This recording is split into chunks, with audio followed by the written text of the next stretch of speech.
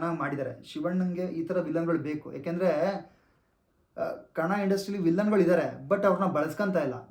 ಇಂಥ ಪಾತ್ರಗಳಿಗೆ ಬಳಸ್ಕೊಬೇಕು. ಇವಾಗ ಬಾಂಬೆ ವಿಲನ್ ಹಾಕೊಂಡಿದಾರಲ್ಲ, ಅದನ್ನ ಕನ್ನಡದಲ್ಲೇ ಯಾರನ್ನಾದ್ರೂ ಹಾಕೊಬೋದಾಗಿತ್ತು.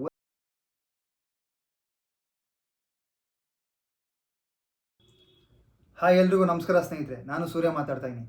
ನನ್ನ ವಿಲೋಚನಾ ಎಂಟರ್ಟೈನ್ಮೆಂಟ್ ಯೂಟ್ಯೂಬ್ ಚಾನಲ್ಗೆ ಎಲ್ರಿಗೂ ವೆಲ್ಕಮ್. ನಾನು ಮಾಡೋ ಕಂಟೆಂಟ್ ನಿಮ್ಗೆ ಇಷ್ಟ ಆದರೆ ಲೈಕ್ ಮಾಡಿ, ಶೇರ್ ಮಾಡಿ, ಹಾಗೆ ನಿಮ್ಮ ಅನಿಸಿಕೆ ಅಭಿಪ್ರಾಯನ ಕಮೆಂಟ್ ಮುಖಾಂತರ ತಿಳಿಸಿ ಸ್ನೇಹಿತರೆ. ಹಾಗೆ ವಿಲೋಚನಾ ಎಂಟರ್ಟೈನ್ಮೆಂಟ್ ಯೂಟ್ಯೂಬ್ ಚಾನಲ್ನ ಯಾರು ಸಬ್ಸ್ಕ್ರೈಬ್ ಆಗಿಲ್ಲ ಆದಷ್ಟು ಬೇಗ ಸಬ್ಸ್ಕ್ರೈಬ್ ಮಾಡ್ಕೊಳ್ಳಿ. ನಿಮ್ಮ ಪ್ರೀತಿ, ವಿಶ್ವಾಸ, ಹಾರೈಕೆ ಸದಾಕಾಲ ನನ್ನ ಮೇಲೂ ಹಾಗೂ ನನ್ನ ವಿಲೋಚನಾ ಎಂಟರ್ಟೈನ್ಮೆಂಟ್ ಯೂಟ್ಯೂಬ್ ಚಾನಲ್ ಮೇಲೆ ಇರಲಿ ಅಂತ ಕೇಳ್ಕೊಳ್ತಾ ಇದ್ದೀನಿ. ಇವತ್ತು ಬೆಳಗ್ಗೆ ಅಷ್ಟೇ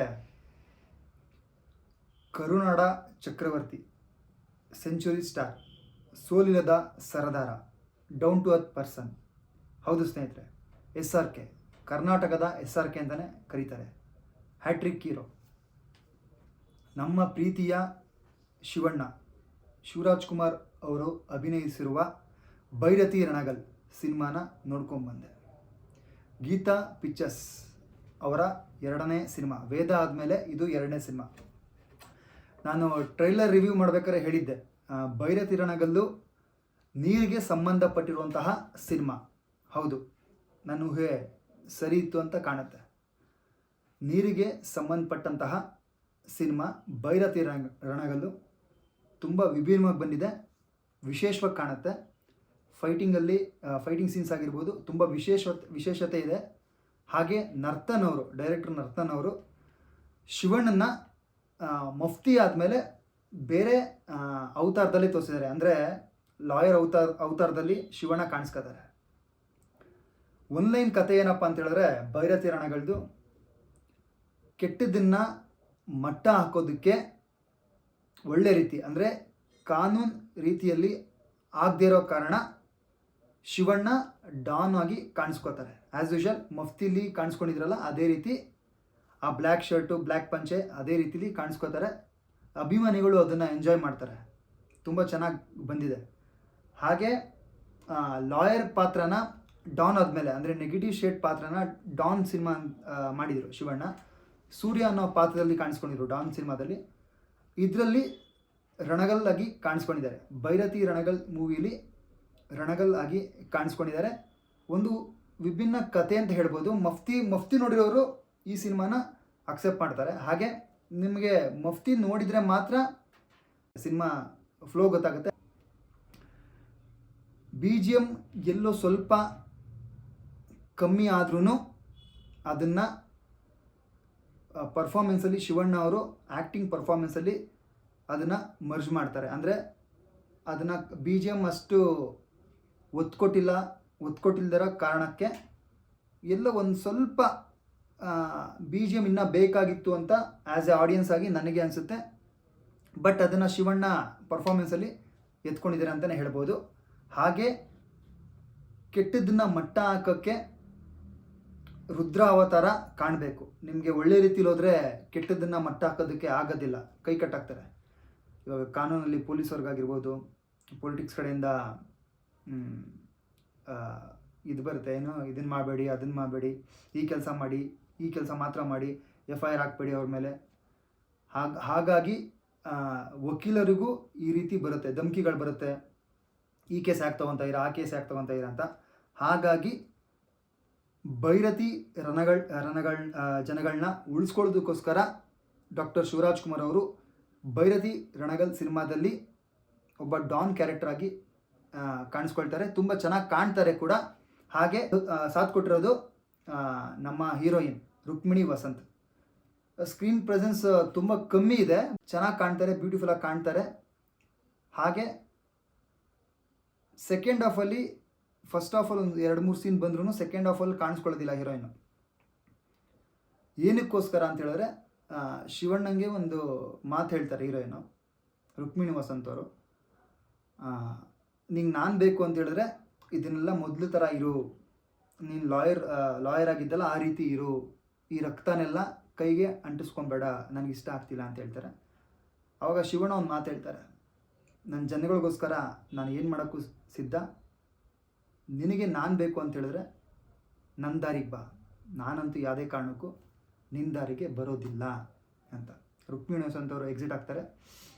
ಆ್ಯಸ್ ಯೂಶುವಲ್ ಶಿವಣ್ಣ ಜನಗಳ ಪರವಾಗಿ ಕೆಲಸ ಮಾಡ್ಕೊಂಬರ್ತಾರೆ, ಒಳ್ಳೆ ಕೆಲಸಗಳನ್ನ, ಡಾನ್ ಆದ್ರೂ ಒಳ್ಳೆ ಕೆಲಸಗಳನ್ನ ಮಾಡ್ಕೊಂಬರ್ತಾರೆ. ಅದು ಚೆನ್ನಾಗಿ ಪ್ರೆಸೆಂಟ್ ಮಾಡಿದ್ದಾರೆ ಡೈರೆಕ್ಟರ್ ನರ್ತನ್ ಅವರು. ಸೆಂಟಿಮೆಂಟ್ ಆಗಿರ್ಬೋದು, ಶಿವಣ್ಣ ಮತ್ತು ಅವರ ಸಿಸ್ಟರ್ ಸೆಂಟಿಮೆಂಟ್ ಆಗಿರ್ಬೋದು, ತುಂಬ ಚೆನ್ನಾಗಿ ಕಾಣಿದೆ ಸ್ಕ್ರೀನಲ್ಲಿ. ಜನಗಳಿಗೋಸ್ಕರ ಸಿನಿಮಾದಲ್ಲಿ ಶಿವಣ್ಣ ಸ್ವಂತ ತಂಗಿ ಮದುವೆಗೂ ಹೋಗೋದಿಲ್ಲ. ನಿಮ್ಗೆ ಸಿನಿಮಾ ನೋಡಿದ್ರೆ ಗೊತ್ತಾಗುತ್ತೆ, ತುಂಬ ಚೆನ್ನಾಗಿ ಮೂಡ್ ಬಂದಿದೆ. ಹಾಗೆ ನಿಮಗೆ ಒಂದೊಂದು ಫೈಟೂ ವಿಭಿನ್ನವಾಗಿದೆ, ವಿಶೇಷತೆ ಕಾಣುತ್ತೆ. ನಿಮಗೆ ಆ ಸ್ಕ್ರೀನಲ್ಲಿ ನೋಡಿದಾಗ ವಿಶೇಷತೆ ಕಾಣುತ್ತೆ. ಆಮೇಲೆ ಲ್ಯಾವಿಶಾಗಿ ಖರ್ಚು ಮಾಡಿದ್ದಾರೆ. ಗೀತಾ ಪಿಕ್ಚರ್ಸ್ ಅಂದರೆ ಗೀತಾ ಅಕ್ಕ ಅವರು ಸಿನಿಮಾನ ಯಾವುದಕ್ಕೂ ಕಾಂಪ್ರಮೈಸ್ ಆಗದೆ ಸಿನಿಮಾಗೆ ಏನೇನು ಬೇಕೋ ಅದನ್ನು ಅಚ್ಚುಕಟ್ಟಾಗಿ ಒದಗಿಸಿದ್ದಾರೆ. ಡೈರೆಕ್ಷನ್ ಡಿಪಾರ್ಟ್ಮೆಂಟ್ ಆಗಿರ್ಬೋದು, ಫೈಟ್ ಡಿಪಾರ್ಟ್ಮೆಂಟ್ ಆಗಿರ್ಬೋದು, ಮ್ಯೂಸಿಕ್ ಟೀಮ್ ಆಗಿರ್ಬೋದು, ನಿಮಗೆ ತುಂಬ ಚೆನ್ನಾಗಿ ಕಾಣುತ್ತೆ. ಸ್ಕ್ರೀನ್ನಲ್ಲಿ ತುಂಬ ಚೆನ್ನಾಗಿ ಕಾಣುತ್ತೆ, ಇಲ್ಲ ರೀ ಖರ್ಚು ಮಾಡಿದ್ದಾರೆ ಅಂತ. ಸುಮಾರು ಒಂದು 20 to 25 ಕೋಟಿ ಸಿನಿಮಾಗೆ ಖರ್ಚಾಗಿದೆ ಕಾಣುತ್ತೆ ಸ್ಕ್ರೀನಲ್ಲಿ. ನಿಮ್ಗೆ ಅದನ್ನ ನೀವು ನೋಡಿದ್ರೆ ಅದು ಗೊತ್ತಾಗುತ್ತೆ. ಹಾಗೆ ಶಿವಣ್ಣ ಅವರ ವಾಯ್ಸು, ನಿಮಗೆ ಆ ಡೈಲಾಗ್ ಪಂಚ್ಗಳಾಗಿದೆಯಲ್ಲ, ಪಂಚ್ಗಳು ತುಂಬ ವಿಶೇಷವಾಗಿದೆ. ನಿಮಗೆ ಸೈಲೆನ್ಸೇ ಮಾತಾಡುತ್ತೆ. ಶಿವಣ್ಣ ಅವರ ಕಣ್ಣುಗಳು ಭೈರತಿ ರಣಗಳಲ್ಲಿ ಮಾತಾಡುತ್ತೆ. ಅಂದರೆ ನಿಮ್ಗೆ ಕಣ್ಣಲ್ಲೇ ಆ್ಯಕ್ಟ್ ಮಾಡಿದ್ದಾರೆ. ಅದು ಆ್ಯಸ್ ಯೂಶುವಲ್ ಎಲ್ಲ ಸಿನಿಮಾದಲ್ಲೂ ಮಾಡಿದ್ದಾರೆ. ಬಟ್ ಇದರಲ್ಲಿ ಒಂಥರ ವಿಶೇಷವಾಗಿ ಕಾಣ್ತಾರೆ Shivanna. Second half full complete ನಿಮಗೆ ಆ ಶರ್ಟು ಮತ್ತು ಪಂಚೆಲ್ಲೇ ಕಾಣ್ತಾರೆ. ಮುಫ್ತಿಲಿ ಏನಿದ್ರು ಅದೇ ರೀತಿ ಕಾಣ್ತಾರೆ. ದೇವರಾಜ್ ಸರು ಅಷ್ಟೇ ಒಂದು ಚೆನ್ನಾಗಿ ಕಾಣಿಸ್ಕೊಳ್ತಾರೆ, ಸ್ಕ್ರೀನ್ ಮೇಲೆ ಚೆನ್ನಾಗಿ ಕಾಣಿಸ್ಕೊಳ್ತಾರೆ. ಅವರು ಬರೋದು ಸೆಕೆಂಡ್ ಹಾಫಲ್ಲಿ ಆದ್ರೂ ಒಂದು ಇಲ್ಲ ರೀ ಕ್ಯಾರೆಕ್ಟ್ರಿಗೆ ಈ ದೇವರಾಜ್ ಸರ್ ಅವ್ರನ್ನ ಹಾಕೊಂಡಿರೋದಕ್ಕೂ ವರ್ತು ಚೆನ್ನಾಗಿದೆ. ಆ ಪಾತ್ರ ಅವ್ರ ಕೈಲೇ ಮಾಡಿಸೋದು ಚಂದ. ಮಫ್ತಿಲ್ ಮಾಡಿಸಿರಲ್ಲ ಅದೇ ರೀತಿ ಇವ್ರ ಕೈಲಿ ಮಾಡಿಸ್ತಾರೆ, ತುಂಬ ಚೆನ್ನಾಗಿ ಕಾಣುತ್ತೆ. ಹಾಗೆ ಇನ್ನೊಂದೆರಡು ಕ್ಯಾರೆಕ್ಟರ್ಗಳು ಬರುತ್ತೆ, ನಿಮಗೆ ಚೆನ್ನಾಗಿ ಮಾಡಿದ್ದಾರೆ. ಶಿವಣ್ಣಂಗೆ ಈ ಥರ ವಿಲನ್ಗಳು ಬೇಕು. ಯಾಕೆಂದರೆ ಕನ್ನಡ ಇಂಡಸ್ಟ್ರಿಲಿ ವಿಲ್ಲನ್ಗಳಿದ್ದಾರೆ, ಬಟ್ ಅವ್ರನ್ನ ಬಳಸ್ಕೊತಾ ಇಲ್ಲ. ಇಂಥ ಪಾತ್ರಗಳಿಗೆ ಬಳಸ್ಕೊಬೇಕು. ಇವಾಗ ಬಾಂಬೆ ವಿಲ್ಲನ್ ಹಾಕೊಂಡಿದಾರಲ್ಲ, ಅದನ್ನ ಕನ್ನಡದಲ್ಲೇ ಯಾರನ್ನಾದ್ರೂ ಹಾಕೊಬೋದಾಗಿತ್ತು. ಒಂದು ಫಸ್ಟ್ ಹಾಫಲ್ಲಿ ಒಬ್ಬ ತೆಲುಗು ವಿಲ್ಲನ್ ಬಂದು ಹೋಗ್ತಾರೆ, ಬಟ್ ತುಂಬ ಚೆನ್ನಾಗಿ ಕಾಣ್ತಾರೆ ಸ್ಕ್ರೀನಲ್ಲಿ. ಹಾಗೆ ಆ ಸೈಕ್ ಪಾತ್ರನ ತುಂಬ ಚೆನ್ನಾಗಿ ಮಾಡಿದ್ದಾರೆ ಆ ವಿಲ್ಲನು. ಫಸ್ಟ್ ಹಾಫಲ್ಲಿ ಅವ್ರ ಹೆಸರು ನನಗೆ ಗೊತ್ತಿಲ್ಲ, ತುಂಬ ಚೆನ್ನಾಗಿ ಕಾಣ್ತಾರೆ. ತೆಲುಗು ಸುಮಾರು ಸಿನಿಮಾ ಮಾಡಿದ್ದಾರೆ ಅವರು, ಬಟ್ ನೆಗೆಟಿವ್ ಶೇಡಲ್ಲಿ ತುಂಬ ಚೆನ್ನಾಗಿ ಕಾಣ್ತಾರೆ. ಡಾನ್ ಆಪೋಸಿಟ್ ವಿಲ್ಲನ್ ಇರ್ತಾರಲ್ಲ, ಅವರ ಶಿಷ್ಯನ ರೋಲ್ ಮಾಡಿದ್ದಾರೆ, ತುಂಬ ಚೆನ್ನಾಗಿ ಮಾಡಿದ್ದಾರೆ. ಭೈರತಿ ನಗಲ್ಲು ಒಂದು ಒಳ್ಳೆ ಪ್ರಯತ್ನ, ಹಾಗೆ ಒಂದು ದೊಡ್ಡ ಮಟ್ಟಕ್ಕೆ ಶಿವಣ್ಣ ಅವರಿಗೆ ಬ್ರೇಕ್ ಕೊಡುತ್ತೆ ಅಂತ ನಾನು ನಂಬಿದ್ದೀನಿ. ಯಾಕೆಂತ ಹೇಳಿದ್ರೆ ಚೆನ್ನಾಗಿದೆ. ಆಫ್ಟರ್ ವೇದದಲ್ಲಿ ಒಂದು ಕಂಟೆಂಟ್ ಇತ್ತು, ಇದರಲ್ಲಿ ಒಂದು ವಿಶೇಷತೆ ಇದೆ. ವೇದದಲ್ಲಿ ಶಿವಣ್ಣ ಕಾಣಿಸ್ಕೊಳ್ಳೋದು ಕಮ್ಮಿ, ಎಲ್ಲ ಹೆಣ್ಮಕ್ಳ ಮೇಲೆ ಹೋಗ್ತಿತ್ತು ಸೀನ್ಸು. ಹೆಣ್ಮಕ್ಳ ಹಿಂದೆ ಶಿವಣ್ಣ ಇರ್ತಿದ್ರು.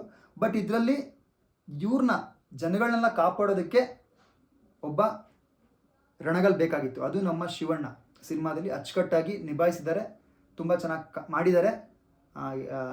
ನರ್ತನ್ ಅವರಿಗೆ ಥ್ಯಾಂಕ್ಸ್ ಹೇಳೋಕ್ಕೆ ಇಷ್ಟಪಡ್ತೀವಿ. ಯಾಕೆಂತ ಹೇಳಿದ್ರೆ ಈ ಥರ ಸಿನಿಮಾಗಳು ಬೇಕಾಗಿತ್ತು. ಆಫ್ಟರ್ ಭೀಮಾ, ಕೃಷ್ಣಂ ಪ್ರಣಯ ಸಖಿ ಗಣೇಶ್ ಅವ್ರದ್ದಾಗಿರ್ಬೋದು, ಹಾಗೆ ಬಗೀರ ಶ್ರೀ ಮುರಳಿ ಅವ್ರದ್ದಾಗಿರ್ಬೋದು, ಈ 3 ಸಿನಿಮಾ ಆದಮೇಲೆ ಭೈರತಿ ರಣಗಲ್ ಇಟ್ಟು ಸಾಲಿಗೆ ಸೇರುತ್ತೆ ಅಂತ ನಾನು ನಂಬಿದ್ದೀನಿ. ಯಾಕೆ ತುಂಬ ಚೆನ್ನಾಗಿ ಕಾಣುತ್ತೆ, ಎಲ್ಲೂ ಕೂಡ ಬೋರ್ ಆಗೋದಿಲ್ಲ. ನಿಮಗೆ ಇಂಟರ್ವಲ್ ಬ್ಲಾಕಲ್ಲಿ ಒಂದು ಫೈಟ್ ಮಾಡಿದ್ದಾರೆ, ತುಂಬ ಚೆನ್ನಾಗಿ ಬಂದಿದೆ ಫೈಟು. ನೋಡಿ ಅದನ್ನು ನಿಮ್ಗೆ ಸ್ಕ್ರೀನಲ್ಲಿ ನೋಡಿದಾಗಲೇ ಗೊತ್ತಾಗೋದು. ತುಂಬ ಮಚ್ಚಿಟ್ಟಿದ್ದಾರೆ ಶಿವಣ್ಣ ಆ ಟೈಮಲ್ಲಿ, ಎಕ್ಸಲೆಂಟಾಗಿ ಬಂದಿದೆ. ಬಟ್ ಎಷ್ಟು ಮಾಡಿಸ್ಬೇಕು ಅಷ್ಟೇ ಮಾಡಿಸಿದ್ದಾರೆ ಶಿವಣ್ಣನ ಕೆಲ ಆ್ಯಕ್ಟಿಂಗು, ತುಂಬ ಓವರಾಗಿ ಏನು ಮಾಡಿಸಿಲ್ಲ. ಎಷ್ಟು ಆ ಡಾನ್ ಕ್ಯಾರೆಕ್ಟ್ರು ಆಗಿರೋ ಸೆಕೆಂಡ್ ಹಾಫಲ್ಲಿ ಡಾನ್ ಕ್ಯಾರೆಕ್ಟರ್ ಬರ್ತಲ್ಲ, ಅದನ್ನು ಎಷ್ಟು ಮಾಡಿಸ್ಬೇಕು ಅಷ್ಟು ಸೈಲೆನ್ಸ್ ಆಗೇ ಮಾಡಿಸಿದ್ದಾರೆ. ಹಾಗೆ ನಿಮಗೆ ಫಸ್ಟ್ ಹಾಫಲ್ಲಿ ಲಾಯರ್ ಆಗಿರ್ತಾರೆ ಶಿವಣ್ಣ. ಲಾಯರ್ ಏನಕ್ಕೆ ಆಗ್ತಾರೆ ಅಂತ ಹೇಳಿದ್ರೆ ಅದೇ ನೀರು ವಿಷಯಕ್ಕೆ. ಚಿಕ್ಕ ವಯಸ್ಸಲ್ಲಿ ಶಿವಣ್ಣ ಅವರ ತಂದೆ ಗೌರ್ಮೆಂಟ್ಗೆ ಪತ್ರ ಬರೀತಾ ಇರ್ತಾರೆ. ಆ ಪತ್ರನ ಗೌರ್ಮೆಂಟ್ ಆಫೀಸಲ್ಲಿ ಯಾರೂ ಕೂಡ ಓದೋದಿಲ್ಲ, ಅದನ್ನು ಎಸಿತಾ ಇರ್ತಾರೆ. ಇದನ್ನು ಚಿಕ್ಕ ವಯಸ್ಸಿನ ಶಿವಣ್ಣನ ಪಾತ್ರ ನೋಡಿ ಅವ್ರ ತಂದೆಗೆ ಕೇಳ್ತಾರೆ, ಏನಕ್ಕಪ್ಪ ಇಷ್ಟು ಪತ್ರ ಬರೀತಿದ್ರು ನಿನಗೆ ಯಾರು ರೆಸ್ಪಾನ್ಸ್ ಮಾಡ್ತೀವಲ್ಲ, ನಮ್ಮ ಊರಿಗೆ ಯಾವಾಗ ನೀರು ಬರುತ್ತೆ ಅಂತ ಕೇಳ್ತಾರೆ. ಇಲ್ಲಪ್ಪ ಬರುತ್ತೆ ಅಂತ ಒಳ್ಳೆ ರೀತಿಲೇ ಹೇಳ್ತಾ ಇರ್ತಾರೆ.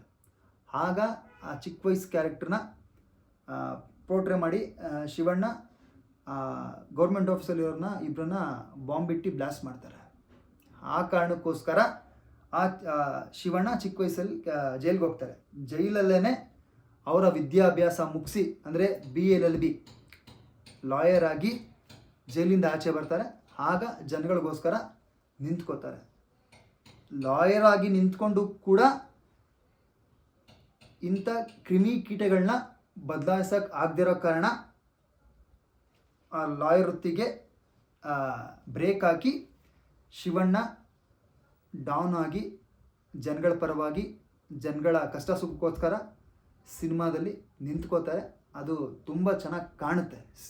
ಶಿವಣ್ಣಂಗೆ ಸೂಟ್ ಆಗಿದೆ, ಎಕ್ಸಲೆಂಟಾಗಿ ಕಾಣ್ತಾರೆ. ಎಕ್ಸಲೆಂಟ್ ವರ್ಕ್, ಡೈರೆಕ್ಷನ್ ಡಿಪಾರ್ಟ್ಮೆಂಟ್ ಆಗಿರ್ಬೋದು, ನರ್ತನ್ ಅವರ ಸ್ಕ್ರೀನ್ ಪ್ಲೇ ಆಗಿರ್ಬೋದು, ತುಂಬ ಚೆನ್ನಾಗಿ ಕಾಣುತ್ತೆ. ಯಾರು ಸಿನಿಮಾ ನೋಡಿಲ್ಲ ದಯವಿಟ್ಟು ಹೋಗಿ ಸಿನಿಮಾ ನೋಡಿ. ತುಂಬ ಬ್ಯೂಟಿಫುಲ್ಲಾಗಿ ಬಂದಿದೆ. ನಿಮಗೆ ಮಾಸ್, ಪಕ್ಕಾ ಮಾಸ್, ಪೈಸಾ ವಸೂಲ್ ಸಿನಿಮಾ ಅಂತ ಹೇಳ್ಬೋದು. ಭೈರತಿ ರಣಗಲ್ಲು ನೋಡಿ, ಯಾರು ಕೂಡ ಮಿಸ್ ಮಾಡಬೇಡಿ. ಹಾಗೆ ಥಿಯೇಟ್ರಲ್ಲಿ ಸಿನಿಮಾ ನೋಡ್ಬೇಕಾದ್ರೆ ಯಾರು ಕೂಡ ಸ್ನೇಹಿತರೆ ವಿಡಿಯೋ ಮಾಡೋಕ್ಕೆ ಹೋಗ್ಬೇಡಿ. ನೀವು ಒಂದು 10-15-20 ಸೆಕೆಂಡ್ ವಿಡಿಯೋ, ಮೇಯ್ನ್ ಎಲಿಮೆಂಟ್, ನೀವು ಮೇಯ್ನ್ ಸೀನ್ಗಳನ್ನ ವೀಡಿಯೋ ಮಾಡಿ ಆಚೆ ಹಾಕ್ಬಿಟ್ರೆ, ಯೂಟ್ಯೂಬ್ ಆಗಿರ್ಬೋದು, ನಿಮಗೆ ಇನ್ಸ್ಟಾಗ್ರಾಮ್ ಆಗ್ಬೋದು, ಫೇಸ್ಬುಕ್ ಆಗಿರ್ಬೋದು ಹಾಕ್ಬಿಟ್ರೆ ನಿಮ್ಗೆ ಆ ಮಜಾ ಹೋಗ್ಬಿಡುತ್ತೆ, ಆ ಥ್ರಿಲ್ಲೇ ಹೋಗ್ಬಿಡುತ್ತೆ. ದಯವಿಟ್ಟು ಯಾವುದೇ ಕಾರಣಕ್ಕೂ ಅದನ್ನು ಮಾಡಬೇಡಿ. ಆದಷ್ಟು ಬೇಗ ಭೈರತಿ ರಣಗಲ್ ಸಿನಿಮಾ ನೋಡಿ. ಎಲ್ಲರಿಗೂ ಖುಷಿ ಕೊಡುತ್ತೆ ಸಿನಿಮಾ, ಎಂಜಾಯ್ ಮಾಡ್ಕೊಂಬರ್ತೀರಾ.